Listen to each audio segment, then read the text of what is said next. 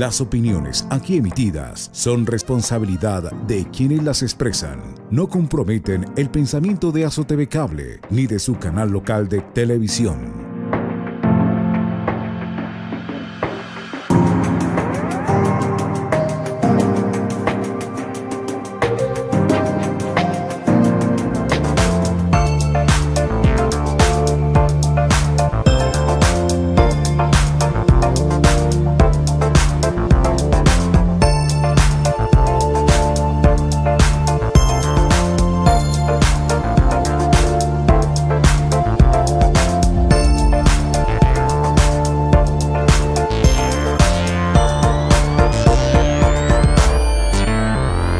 Cordial saludo amigos de Satel, Samaneo Televisión, bienvenidos una vez más a su programa Ecos de Reflexión.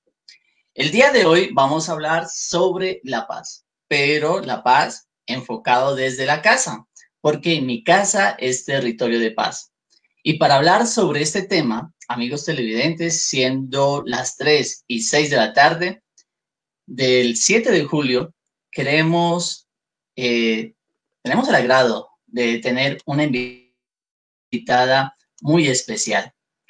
Ella es socióloga, especialista en gestión de procesos psicosociales. También es especialista en acción sin daño y construcción de paz. Tiene mucha experiencia en la transformación de conflictos. Ella trabaja en la alcaldía de Santiago de Cali.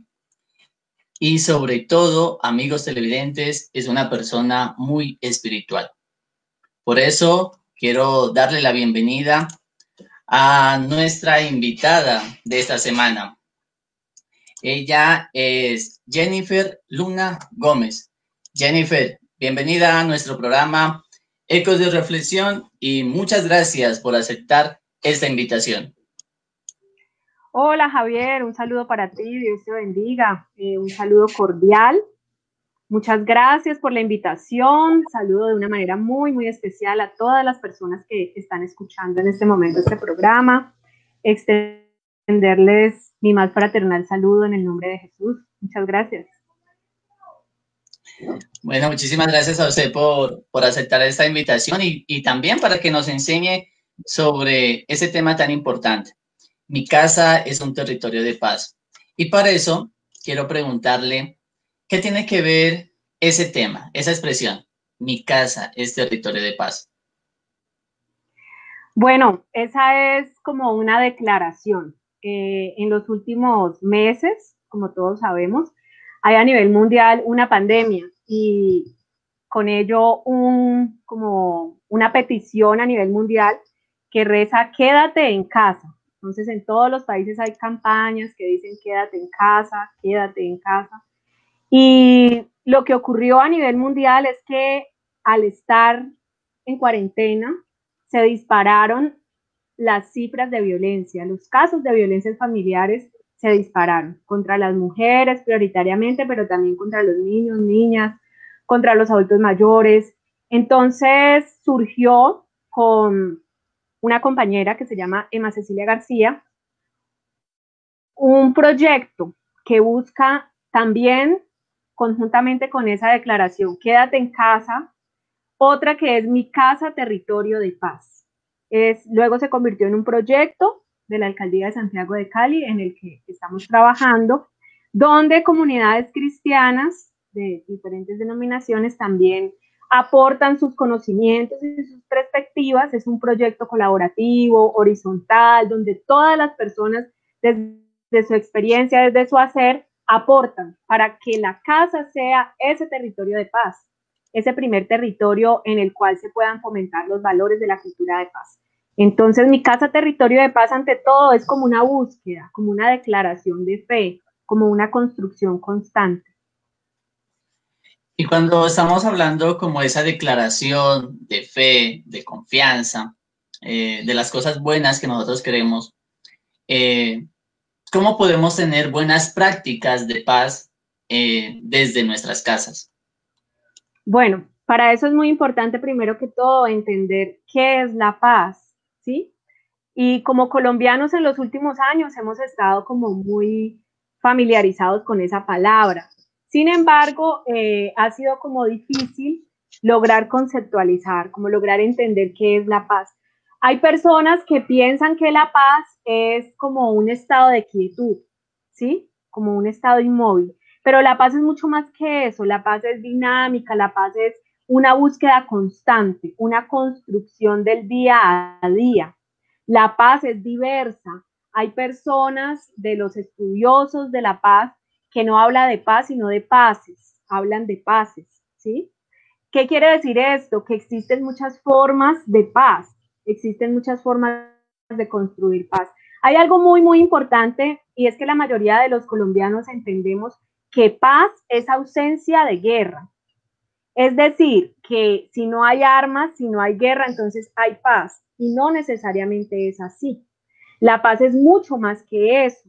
La ausencia de violencia, la ausencia de guerra es solo un requisito básico fundamental. Pero incluso en Colombia se ha construido paz en medio de la guerra. Entonces, ¿qué es la paz? La paz no es solo ausencia de guerra, la paz no es solo ausencia de violencia.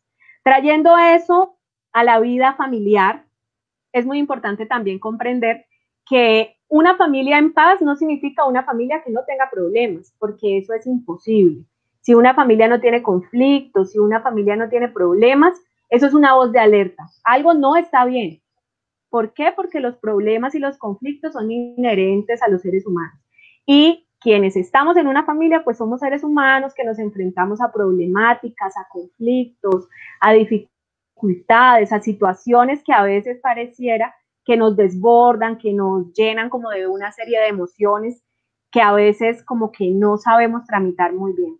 Entonces, ¿a qué se hace referencia a la paz? Bueno, lo primero que debemos tener en cuenta es que no es a la ausencia de violencia, es cómo la vamos a construir, cómo vamos a construir esa paz, cómo vamos a fortalecer esas relaciones familiares, aún en medio de los problemas, aún en medio de los conflictos que surgen, ¿sí? Cómo vamos a transformar esos conflictos para poder construir la paz, ¿sí?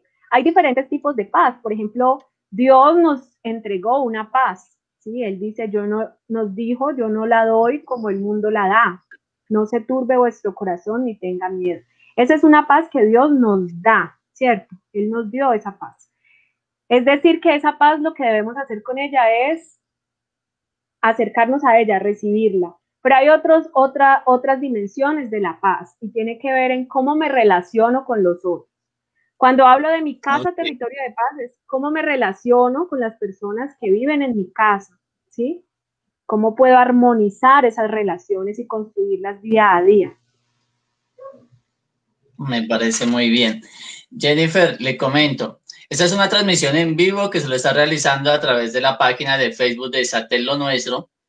Y también las personas que viven en el municipio de Samaniego nos pueden sintonizar a través del canal 30. Ellos también nos pueden realizar sus preguntas, sus inquietudes sobre este tema, Mi Casa, Territorio de Paz, al teléfono que aparece en pantalla. Entonces queremos agradecer a las personas que se están conectando en este momento a esta transmisión en vivo y las personas que empiezan a enviarnos esas preguntas para que usted nos aclare y nos responda. Una de las preguntas que nos está llegando en ese momento es cómo poner en práctica esas acciones para convivir con las demás personas, teniendo en cuenta que todos somos diferentes.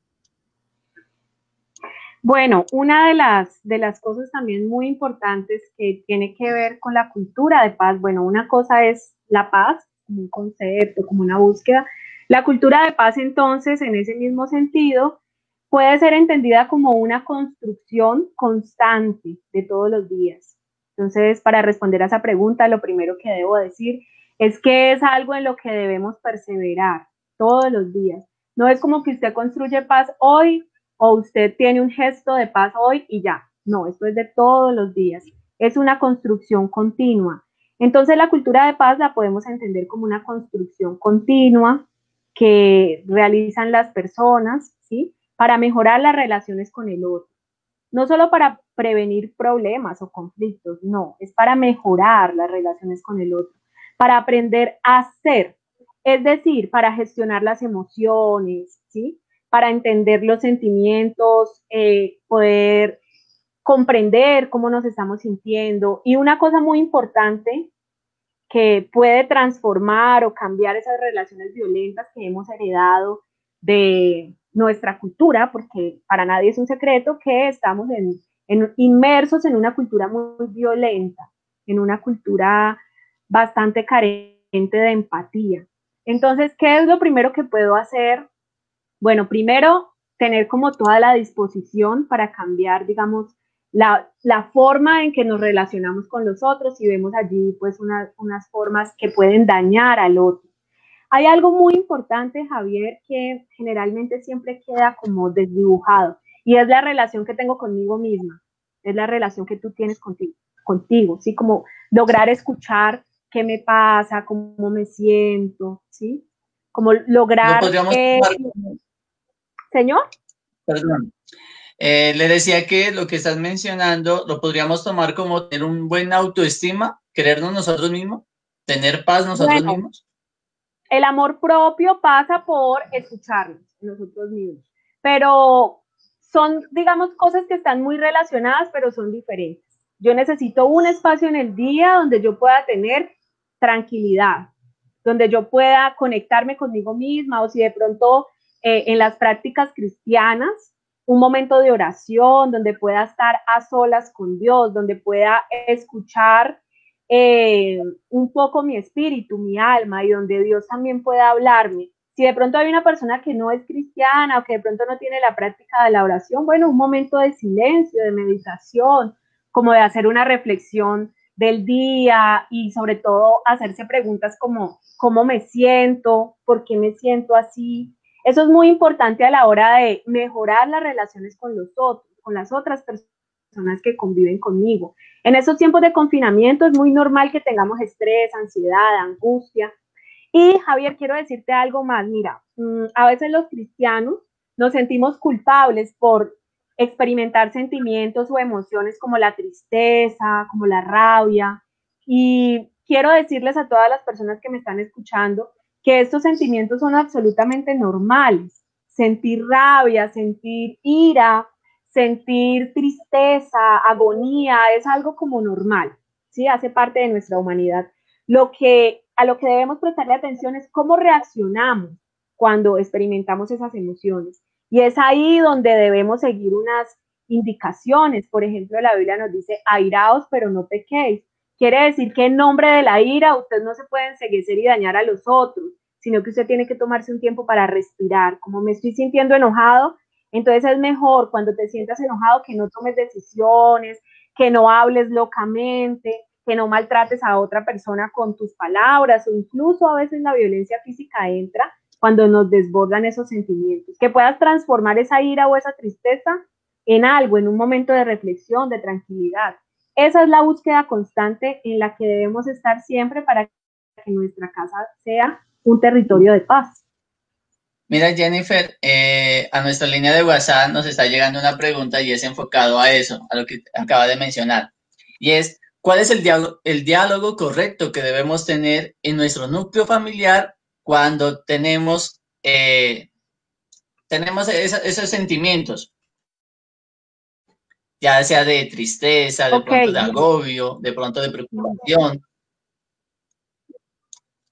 Bueno, hay algo muy importante y es que debemos, bueno, hay dos recomendaciones muy básicas. Habrían muchísimas otras, pero quiero compartir dos. La primera de ellas es, si estás profundamente enojado, profundamente indignado, es preferible que te des un tiempo para que puedas gestionar esa indignación o ese enojo.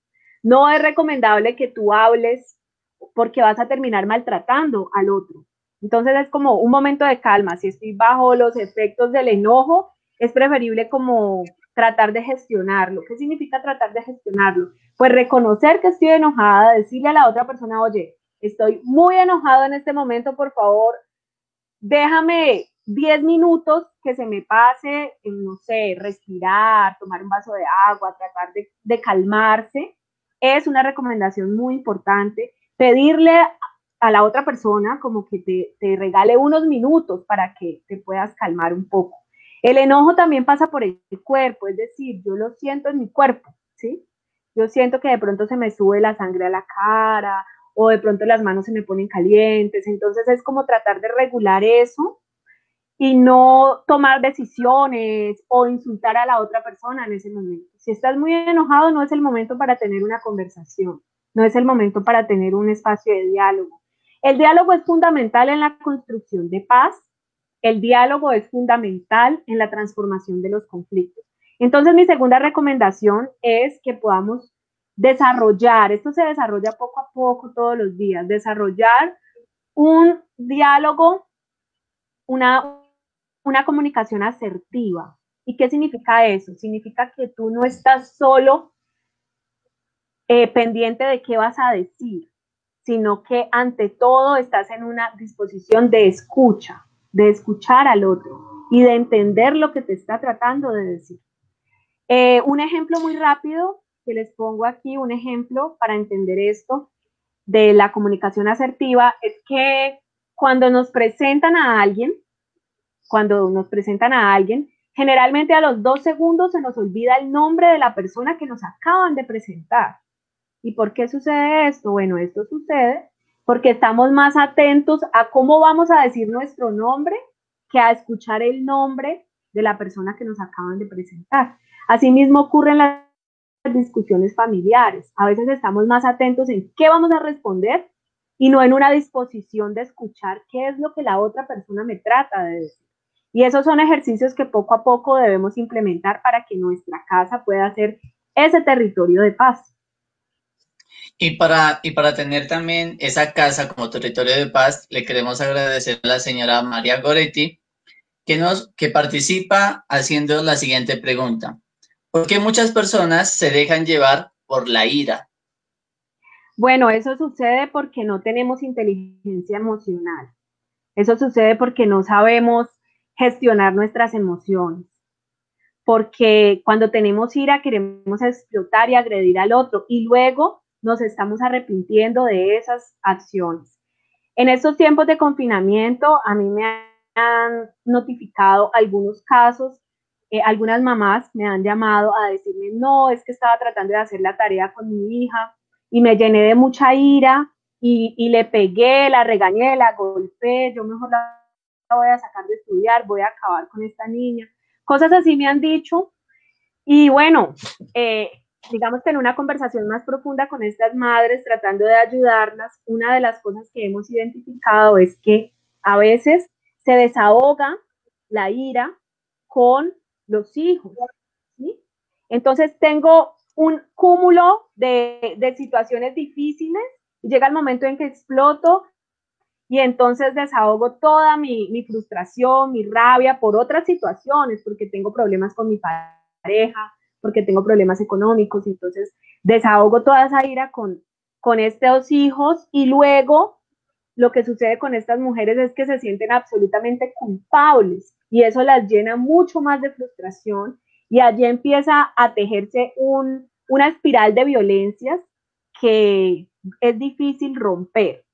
Además, porque son prácticas heredadas. Entonces, a nosotros nos enseñaron que se educa golpeando, ¿sí? Que se quiere y se demuestra el amor golpeando. Y que cuando uno tiene ira, entonces puede hacer y deshacer. De hecho, te cuento que hasta hace muy pocos años atrás, en nuestro país, existía un delito, bueno, existía una forma para defenderse ante la ley por delitos y era ira e intenso dolor, ¿sí? Entonces lo que rezaba esa ley es que si tú tenías ira o intenso dolor podías hacer lo que quisieras y no te hacías responsable.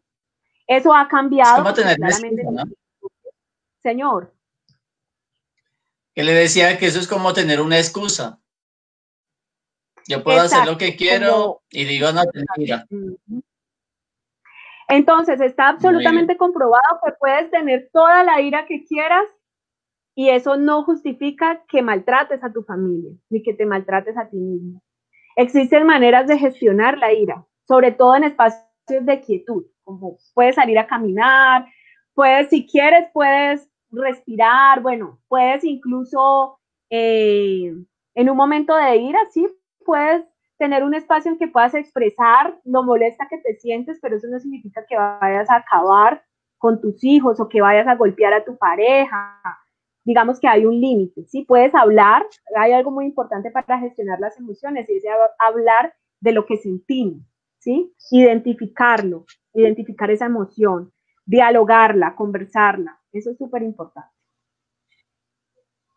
Usted está mencionando que es importante dialogar, pero ¿qué le podemos decir a esta persona que nos está escribiendo por nuestra línea de WhatsApp 312-5292-753, que nos dice, después de dar un saludo, le quiere preguntar, si en el hogar todos son violentos, agresivos, no hay comunicación, ¿cómo manejar esta situación? Bueno, es algo bastante complejo, pero no es imposible, ¿sí? Ahora, hay algo muy importante a tener en cuenta. Dentro de la paz se construye en territorios. El primer territorio es mi cuerpo, mi vida. Allí yo empiezo a construir paz.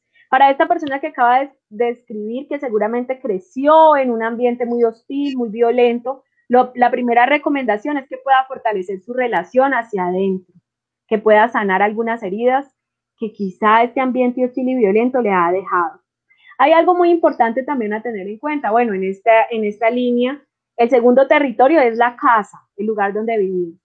Pero allí yo voy a necesitar de los otros para construir un ambiente de armonía. Una sola persona no lo puede hacer, tiene que ser un compromiso entre varios, ¿sí? Así como de pronto en los últimos años hemos escuchado respecto a los procesos de paz en Colombia y en otros países que se hacen con diferentes actores, así ocurre en la casa. Si hay un actor que perturba y hay otros 5 actores que sí quieren construir unas mejores relaciones, tal vez se pueda hacer. Pero si esta persona está solita en esa, entonces la recomendación para esta persona es que primero fortalezca hacia adentro su relación consigo misma y que trate de persuadir a los otros habitantes de su casa respecto a los temas para tener una mejor armonía. Y si no es posible, la recomendación, si ellos no están interesados en construir un ambiente de paz, de seguridad, entonces la recomendación es para que busque un espacio donde pueda estar segura y tranquila, ¿sí? Porque es difícil tratar de construir paz con personas que no están dispuestas a hacerlo. Sin embargo, hay que intentarlo, hay que intentar de persuadir, hay que intentar de buscar la forma. Pero si no es posible y si esa persona está expuesta a violencia, la recomendación es que pueda encontrar un lugar seguro y tranquilo para esa persona. Muy bien. Queremos agradecer a las personas que están participando, haciendo sus preguntas. Este es el caso de Salomé Medina, quien nos hace la siguiente. ¿Qué actividades se pueden realizar en casa en momentos de una atención de discusión? Bueno, muchas gracias a Salomé por su pregunta. A ver, si en un momento de discusión me imagino que se refiere como a un momento de disgusto, a un momento de pelea, digámoslo así. Bueno, lo primero que hay que tener en cuenta es que hay que esperar que se bajen los ánimos. Recordemos que las emociones pasan por nuestro cuerpo. Hay estudios que de hecho muestran como corporalmente cómo las emociones activan nuestro cuerpo, ¿sí? Por ejemplo, la depresión, bueno, algunos estados de ánimo o algunas emociones como la felicidad, la rabia, en fin. No está bien tomar decisiones, digámoslo así, bajo los efectos de la rabia ni bajo los efectos de la felicidad. Las decisiones se toman en un momento como de equilibrio. Si la discusión está subida de ánimo, lo más importante que tenemos que hacer es esperar a que nos calmemos todos, ¿sí? Eso es importante. A veces parece que se nos escapa de las manos y que empezamos a discutir, pero cuando identifiques eso, lo importante es como parar, ¿sí? Y esperar que se bajen los ánimos. Y sí es muy importante, cuando se bajen los ánimos, poder dialogar al respecto. No para reactivar la discusión, sino para identificar si de pronto podemos buscar una solución a esa situación que nos hizo discutir. ¿Qué actividades se pueden hacer después de que bajen los ánimos? Pues es muy importante poder acercar y fortalecer esas relaciones. Tal vez después de una discusión todo queda muy tenso, entonces poco a poco tratar de buscar un punto en que se pueda fortalecer la relación familiar.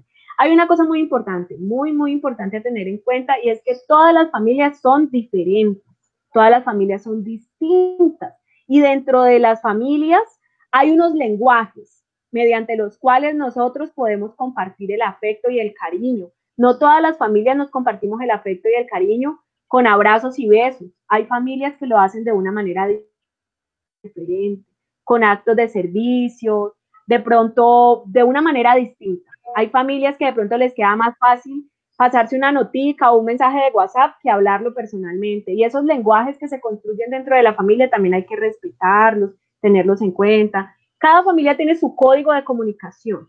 Entonces, si para una familia es difícil decir, oye, discúlpame, sino que lo hacen compartiendo un cafecito o de una manera más indirecta, digamos que ese también es un lenguaje dentro del entorno familiar que debe ser reconocido y tenido en cuenta. Entonces, digamos, considerando esos lenguajes que se construyen dentro de casa, con los seres con que vivimos allí, nuestra familia, con las personas que vivimos, teniendo en cuenta ese lenguaje, asimismo, es la recomendación para acercar una reconciliación o fortalecer las relaciones familiares.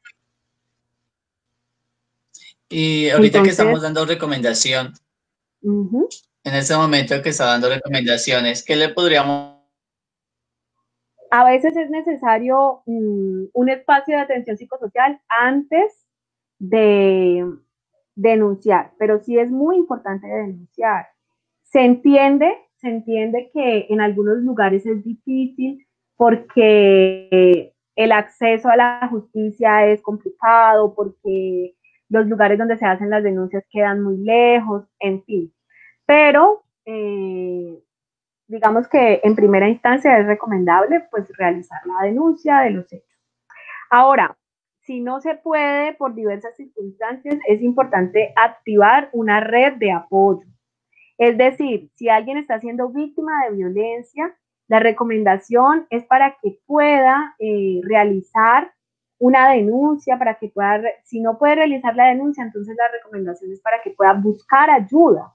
Buscar ayuda ¿de quién? Bueno, buscar ayuda de la familia, de alguna amiga, de algún amigo, de pronto en la comunidad cristiana, alguien que pueda extender una ayuda para que pueda salir de esas violencias. Bueno, respecto a la envidia, hay algo muy interesante para reflexionar y es que existen muchos tipos de envidia, ¿sí?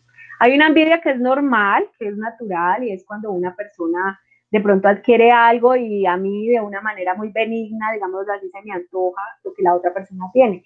Pero hay otro tipo de envidia que es muy nociva, que es muy patológica, en la cual incluso se necesita ayuda y es cuando yo no quiero que la otra persona tenga lo que tiene. No porque lo quiera para mí, sino porque hay un sentimiento que me invade y es que yo no quiero que esa persona tenga lo que tiene, ¿sí? Así sea algo insignificante, así sea algo muy grande, muy importante, el sentimiento que acompaña y que de pronto en el cual se necesita una intervención. Si de pronto alguna persona cristiana experimenta ese sentimiento, pues se recomienda como que se evalúe y que pida también como una ayuda espiritual al respecto. Y es el sentimiento de que no quieres que la otra persona tenga lo que tiene, así no lo quieras para ti, ¿sí? Ahora, no hay que satanizar, como te digo, no hay que satanizar la envidia, porque a veces la confundimos Y hay estados que son normales, supongamos que alguien se compró, no sé, una bicicleta y yo me antojé de una bicicleta y pues eso no significa que exista maldad en ese deseo, ¿sí? Pero si la otra persona se compró una bicicleta y yo no quiero es que esa persona tenga esa bicicleta porque hay unos sentimientos dentro de mí que me llenan de cosas negativas al respecto, pues a eso sí hay que prestarle atención, porque detrás de esos sentimientos hay muchas actitudes que son dañinas, que pueden perturbar no solo a la otra persona, sino y ante todo a la persona que experimenta los sentimientos. Es decir, esos sentimientos como un poco dañinos para el ambiente y para la misma persona. Bueno, amigos televidentes, queremos pedir una disculpa por la falla que se nos presentó, una falla técnica. Ya estamos retomando la transmisión y vamos a aclarar y a responder las preguntas que quedaron pendientes.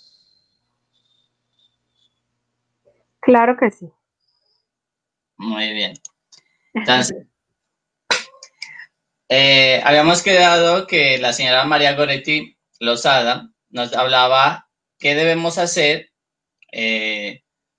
cuando no denunciamos, cuando tenemos miedo. Ok, bueno, habíamos entonces planteado que es importante un apoyo psicosocial, es importante buscar ayuda. Hay unas instancias del Estado, por ejemplo, en Colombia, si es una mujer víctima de violencia física, psicológica, lo importante es que pueda comunicarse con la línea de atención, la línea púrpura 155, completamente gratis, y buscar apoyo psicosocial. También es importante activar las redes de apoyo, ¿sí? ¿Cómo se activa? ¿Qué es una red de apoyo? ¿Cómo se activa? Bueno, estamos hablando de redes de apoyo familiar, redes de apoyo incluso en la comunidad cristiana, alguna amiga, algún amigo. Es importante buscar ayuda, porque la violencia se escala, va creciendo, va creciendo. Y tristemente, los casos de violencia contra las mujeres terminan en feminicidio.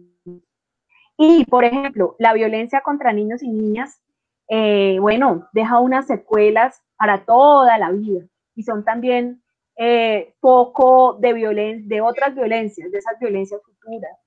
Entonces, algo muy importante es buscar ayuda, ¿sí?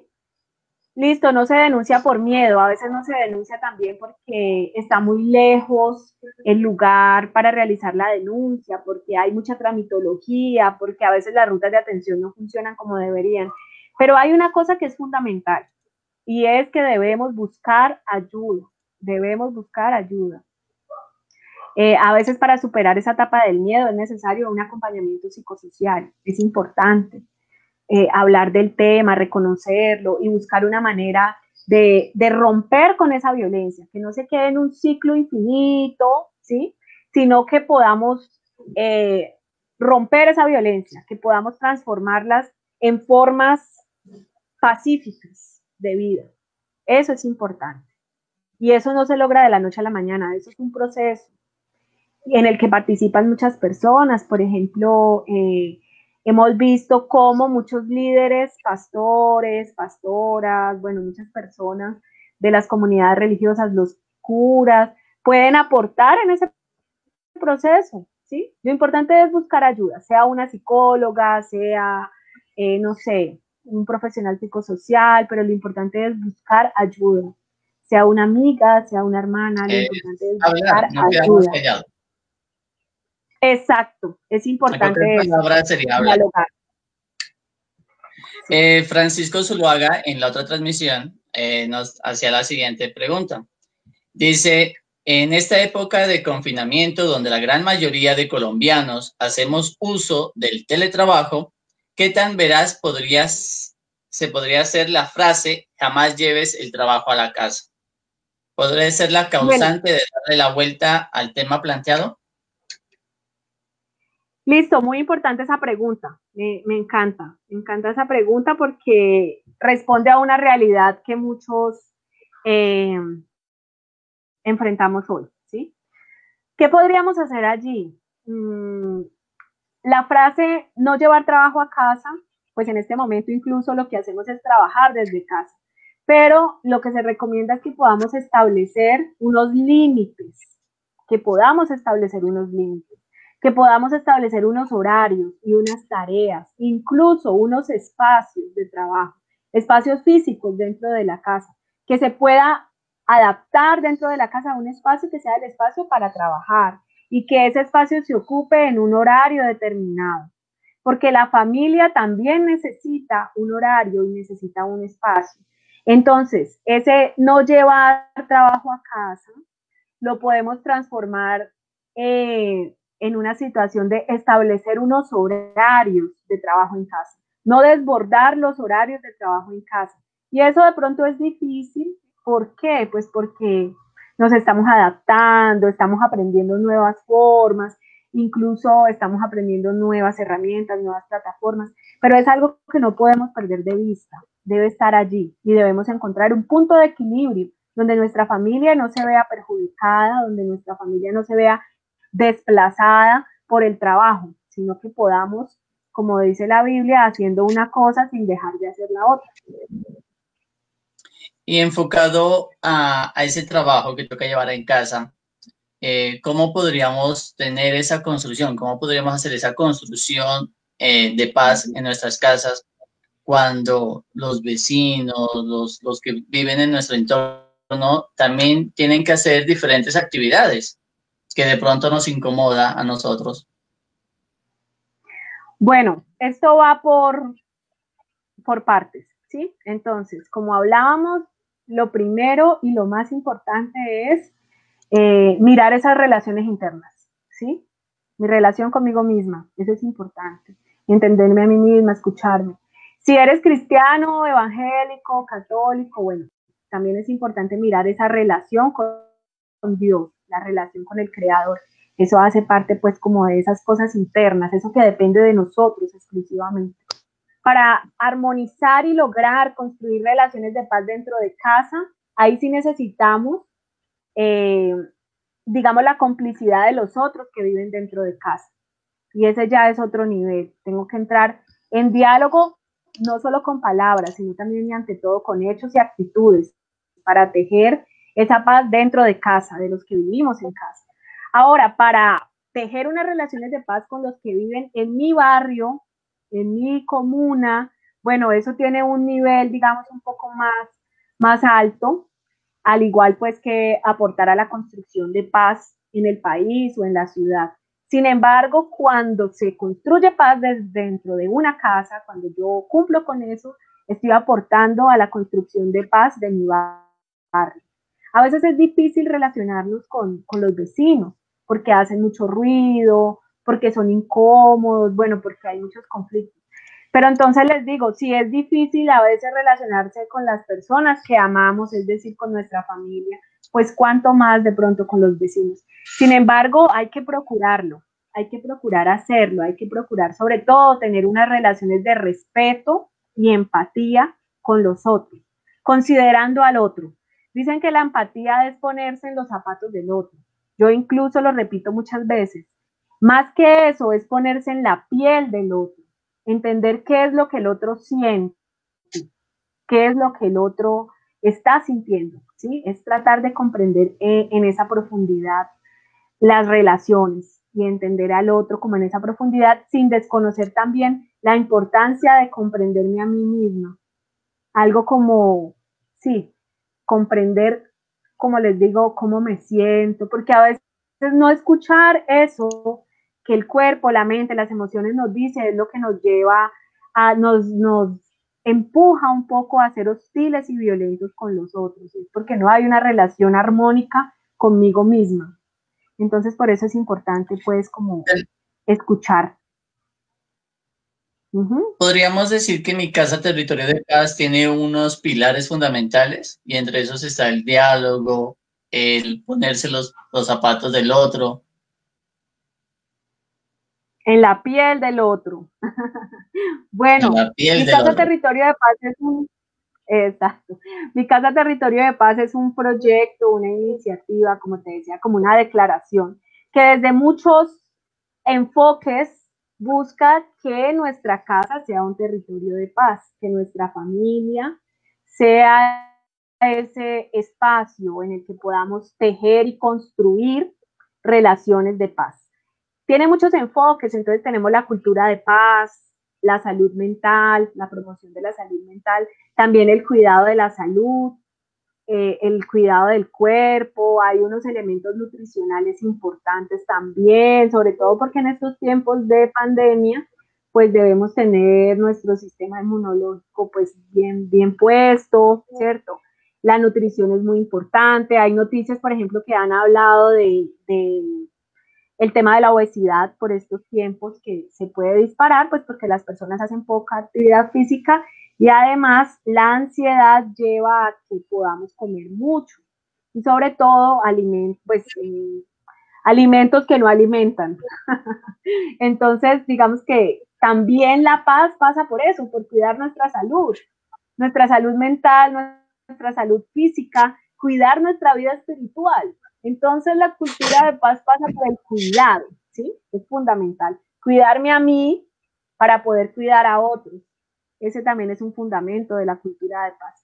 Entonces, más allá del diálogo, de la tolerancia, que son cosas que, mire, usted habla con la gente, con las personas que han denunciado casos de violencia familiar y la tienen clarísima. La gente sabe cómo se construye paz, saben la importancia del diálogo, de la tolerancia, del respeto, pero a la hora de ponerlo en práctica, algo falla, porque son incluso las personas que han estado en conciliaciones familiares, con unos problemas gravísimos de violencia familiar, los que tienen más claro cómo se construye paz. ¿Sí? Eso es una paradoja. Pero entonces quiere decir que la construcción de paz, más allá de saberla conceptualizar, es ponerla por obra. De nada me sirve a mí saber qué es tolerancia si yo no soy tolerante. De nada me sirve a mí saber qué es respeto y la importancia del respeto dentro de la familia si yo no soy respetuosa. Entonces, otro punto transversal en la construcción de paz para que mi casa sea un territorio de paz es poner por obra, sí, poner por obra todas estos valores de la cultura de paz. Un mensaje que nos está llegando a nuestra línea de WhatsApp 312-5292-753 es el siguiente. Dice, la Biblia nos habla de paz y una de las cosas que nos dice es que tenemos que perdonar a las personas que nos hacen el mal. En este caso, si mi pareja me golpea y yo la perdono y vuelve a golpearme, ¿qué debo hacer? Bueno, hay algo muy importante, agradezco muchísimo esa pregunta porque puede esclarecer un fundamento importantísimo para la vida y para la cultura de paz. Bueno, una cosa es la paz, una cosa es la reconciliación y otra cosa es el perdón. El perdón es algo mucho más individual, mucho más interno. Yo decido perdonar o yo decido pedir perdón, pero es como una decisión personal, es algo hacia adentro. Si alguien me hace daño a mí y yo decido perdonarlo porque ante todo eso me va a liberar a mí de esos sentimientos de rabia, de querer cobrar venganza, de querer desquitarme, entonces yo decido perdonar, me libero de eso. Está, digamos, incluso hasta comprobado científicamente que vivir lleno de rencor y de rabia afecta la salud, ¿sí? Afecta a este cuerpo de manera física. Claramente también afecta la salud mental, ¿sí? Afecta nuestra armonía, nuestro día a día. Entonces, cuando yo perdono, yo decido liberarme de esos sentimientos de rabia, de querer vengarme, de hostilidad. Yo decido liberarme de eso. Pero eso no significa que yo tenga que restablecer la relación con la persona que me hizo daño. Eso ya es otro nivel. La paz no, perdón, estoy confundiendo perdón con paz. El perdón, que es un pilar fundamental para la cultura de paz. El perdón no tiene condiciones Tú decides perdonar, es una decisión tuya. Es un proceso también, es algo que va gradual, poco a poco, tú te vas liberando de esos sentimientos. Depende de qué tan profundo haya sido el daño, ¿sí? Pero, ojo, perdonar no significa que tengas que restablecer la relación con la persona que te hizo daño. La reconciliación, en cambio, sí busca eso, busca como acercar una relación que se fracturó, se rompió por un daño causado. Y la reconciliación sí tiene condicionante. El condicionante de la reconciliación es que las dos personas busquen reconciliarse, ¿sí? Las dos o las 5 personas busquen reconciliarse, busquen restablecer esa relación rota. Una de las cosas muy importantes para la reconciliación, que lo hemos escuchado mucho por esos días, son las garantías de no repetición. Si una mujer es víctima de violencia y decide perdonar a su pareja, listo, eso es un nivel, decide perdonarlo, decide abandonar esos sentimientos de querer vengarse, de querer desquitarse, listo. Ahora, si decide reconciliarse, esto debe estar condicionado por la voluntad de su pareja. Y la voluntad de su pareja debe tener garantías de no repetición. Si esta mujer decide perdonar y la pareja le sigue golpeando y decide perdonar, que porque la Biblia nos dice que perdonemos, está poniendo en riesgo su vida. Entonces, una cosa es perdonar y otra cosa es reconciliarnos. Entonces, son dos cosas diferentes, dos dimensiones distintas que van muy unidas. Tú no te puedes reconciliar si no hay perdón, ¿sí? Además, también la reconciliación debe ir acompañada de actos restaurativos. Si yo te hice un daño, entonces yo voy a tener unos actos para restaurar un poco ese daño que te causé. Lo más importante de la reconciliación son las garantías de no repetición, que eso no vuelva a suceder. Eso es muy importante y depende claramente del compromiso y la voluntad de las dos personas o de las personas que buscan reconciliarse. Fundamental esa parte. Hay que estar atentos porque muchas mujeres decidieron perdonar a sus parejas sin que éstas quisieran reconciliar la relación y terminaron muertas, ¿sí? Entonces es algo en lo que hay que tener cuidado. La dimensión del daño, sobre todo, algo muy importante, ¿qué tanto está exponiendo esto mi vida? Mi vida está en riesgo. Si tu vida está en riesgo, tienes que irte de ahí. No puedes estar en un lugar donde estés constantemente enfrentando una posibilidad de morir, ¿sí? Algo rápido, una cifra muy triste. Mira, en estos informes que hace Medicina Legal en Colombia, el informe Forensis, que ustedes pueden consultar libremente en internet, una cifra dice que el 85% de las mujeres murieron a manos de sus parejas, es decir, de aquellas personas que estas mujeres amaban o con quienes compartían su vida. Y murieron los feminicidios, el 85% de los feminicidios que se llevaron a cabo en Colombia en el 2019, de mujeres, las mujeres murieron a manos de sus parejas. Eso es una alerta, una alerta. Alguien por WhatsApp también nos está escribiendo y dice lo siguiente. Dice, yo perdono, pero no olvido. Y aunque lo amo, siento que no tengo paz. Bueno, esto es importante. De hecho, en la construcción de paz en América Latina, ese es un grito de las madres que perdieron sus hijos en las dictaduras o que les desaparecieron sus hijos. Perdono, pero nunca olvido. Depende del daño. Pedirle a una mujer que su hijo fue descuartizado y tirado al río que olvide es una profunda insensibilidad, ¿sí? Depende del daño. Si hay mujeres que de pronto en su infancia fueron víctimas de violencia sexual, decirles que olviden eso es imposible, porque es un dolor que ha estado allí y que no se va a olvidar, ¿sí? Entonces, ¿a qué nos invita el perdón? Nos invita a sanar, ¿sí? El perdón es un proceso, no es como que, bueno, yo decido perdonar y a los 3 segundos ya, soy libre, no. Esto es un proceso que nos lleva a alcanzar esa paz. Tal vez esta persona que escribe allí, yo perdono, pero no olvido, y aunque lo amo, siento que no tengo paz, Lo que le hace falta es seguir transitando el perdón, dar, digamos, tiempo al perdón, ¿sí? Hasta que logre liberarse completamente de esos sentimientos o de esas emociones que de pronto le llevan a uno a, como dice el televidente allí, no tiene paz.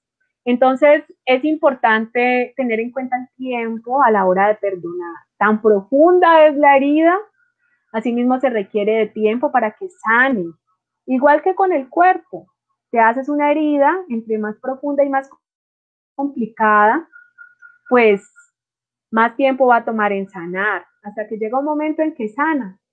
¿Qué se debe hacer? Bueno, buscar sobre todo, como el perdón es algo más hacia adentro, tratar de transformar ese dolor que me genera el daño causado en una posibilidad para seguir viviendo. Por ejemplo, hay mujeres víctimas de violencia sexual en el marco del conflicto armado, que esas difíciles, ese daño tan profundo causado por la guerra, por la violación, por el acceso carnal violento, bueno, en fin, lo convirtieron en unas campañas de cuidado contra las mujeres, lo convirtieron en una posibilidad para sanar, ¿sí? Entonces hay mujeres que ese dolor lo transformaron en posibilidades de cuidado para otras mujeres, en campañas, en proyectos, en, bueno, una cantidad, en obras de teatro, en poemas, en canciones. Realmente, pues, las víctimas del conflicto armado nos dejan muchas pistas de en qué podemos transformar el dolor.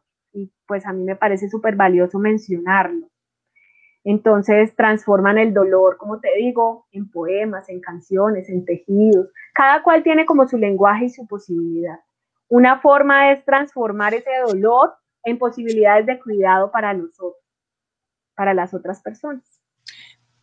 Pero, ¿qué mensaje podemos darle a esas mujeres para que cierren ese ciclo? Ellas fueron maltratadas, de pronto pasó un tiempo, se enamoraron de otra persona, pero ¿cómo podemos, qué mensaje le podríamos dar para que cierren ese ciclo y vivan algo nuevo? Bueno, una cosa muy importante también que está relacionada con el perdón, y es que el perdón nunca busca minimizar el daño, ¿sí? O desconocerlo. Cuando una mujer de pronto ha sido afectada por múltiples formas de violencia, lo que necesita es sanar. Y sanar no significa olvidarse de los daños. Sanar no significa minimizar el daño, como, eso no es nada, eso no pasa nada. No, todo lo contrario. Sanar implica reconocer que eso me dolió y me sigue doliendo. Sanar implica iniciar un proceso en que yo pueda transformar ese dolor, lo pueda transformar en mi mente, pero también en mis emociones, en mis pensamientos, tratar de dotarlo como de un posible sentido, tener paciencia, como te digo, porque es un proceso que va por el tiempo también. ¿Qué recomendaciones se le hace a esas mujeres? Bueno, si el dolor es muy profundo, que busque ayuda psicosocial. Eso es muy importante.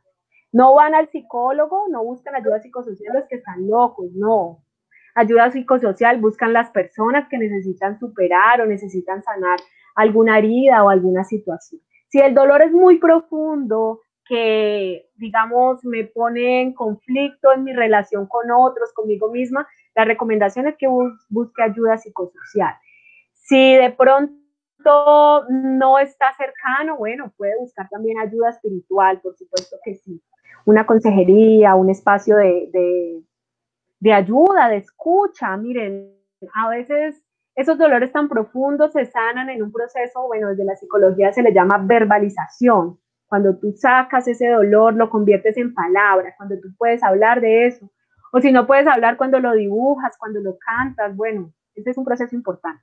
A veces lo podemos hacer de manera autónoma, escribiendo lo que me pasa, desahogándome un poco, pero hay ocasiones donde el daño es tan profundo que se necesita ayuda psicosocial, se necesita apoyo espiritual también.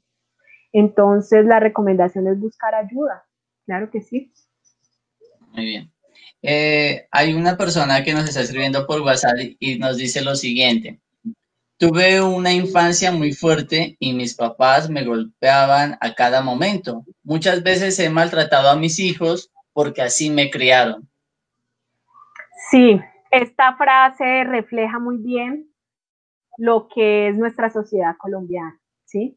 Aquí se justifica el maltrato, aquí se ve como algo que hace parte de la crianza, golpear al otro, maltratarlo, ultrajarlo. Son círculos de violencias que tienen a nuestra sociedad así, porque ustedes saben que desde casa se construye todo. Nuestra sociedad es violenta porque tuvimos familias violentas y allí es donde se reproducen esas violencias. ¿Qué hacer en este caso? Siento entre líneas la intención de la persona que lo escribió como el deseo de querer liberarse de esos ciclos de violencia, ¿sí? De querer encontrar otras formas. Ese es el primer paso, querer romper esas espirales de violencia que tanto nos han sometido. Hay algo muy importante también que esta persona debe hacer y es reconciliarse con su infancia, reconciliarse con su infancia. Eso es importante. Ese niño interior que tenemos dentro, sanar ese niño interior, que a veces fue maltratado, que a veces incluso fue abandonado. Es muy importante sanar esa relación con la infancia. Y es un proceso en el que esta persona tal vez necesite un poquito de ayuda y orientación. Puede ser, como les digo, una orientación espiritual o una orientación psicosocial. Para esta persona, bueno, que pueda tener como un espacio de reflexión, que pueda comprometerse consigo misma de qué tan importante puede ser para la sociedad que ella o él decida romper esa espiral de violencia y que actúe y tome decisiones al respecto. Hay unos proyectos muy buenos que sé que están en el sur, bueno, en el departamento de Nariño, por ejemplo, la Red del Buen Trato, ¿sí? Pueden buscar, googlear de manera autónoma, ¿sí? Hay muchos espacios en internet de buenas universidades, confiables, pues porque también hay mucha cosa nociva. Pero, por ejemplo, la Red del Buen Trato da como unas orientaciones, unas recomendaciones, unas herramientas súper importantes para fortalecer las relaciones familiares. No podríamos hablar de eso en este programa, pues porque nos desbordaríamos en el tiempo. Pero, por ejemplo, por ahí pueden buscar ayuda por la Red del Buen Trato, sobre todo aquellas personas que no tienen cómo acceder a apoyo psicosocial. Entonces esa sería como la recomendación. Muy bien. Jennifer, muchísimas gracias. Pues lastimosamente el tiempo se nos ha terminado, pero quería agradecerle por toda esa información y de paso pedirle disculpas por la falla técnica que se nos presentó. Vale, muchas gracias a ustedes por la invitación, muy contenta de compartir algunas pequeñas recomendaciones para que nuestras casas sean ese territorio de paz que nuestro país tanto necesita. No se preocupe por las fallas técnicas, están muy de moda por este tiempo y ante eso lo que debemos tener es resistencia a la frustración. Un abrazo, muchísimas gracias y recuerden siempre que podemos hacer de nuestra casa un territorio de paz. Muy bien. De esa manera hemos llegado al final de nuestro programa, Ecos de Reflexión, con este tema, Mi casa, territorio de paz. Mi nombre es Javier Ruales, quien nos estará acompañando en otra oportunidad.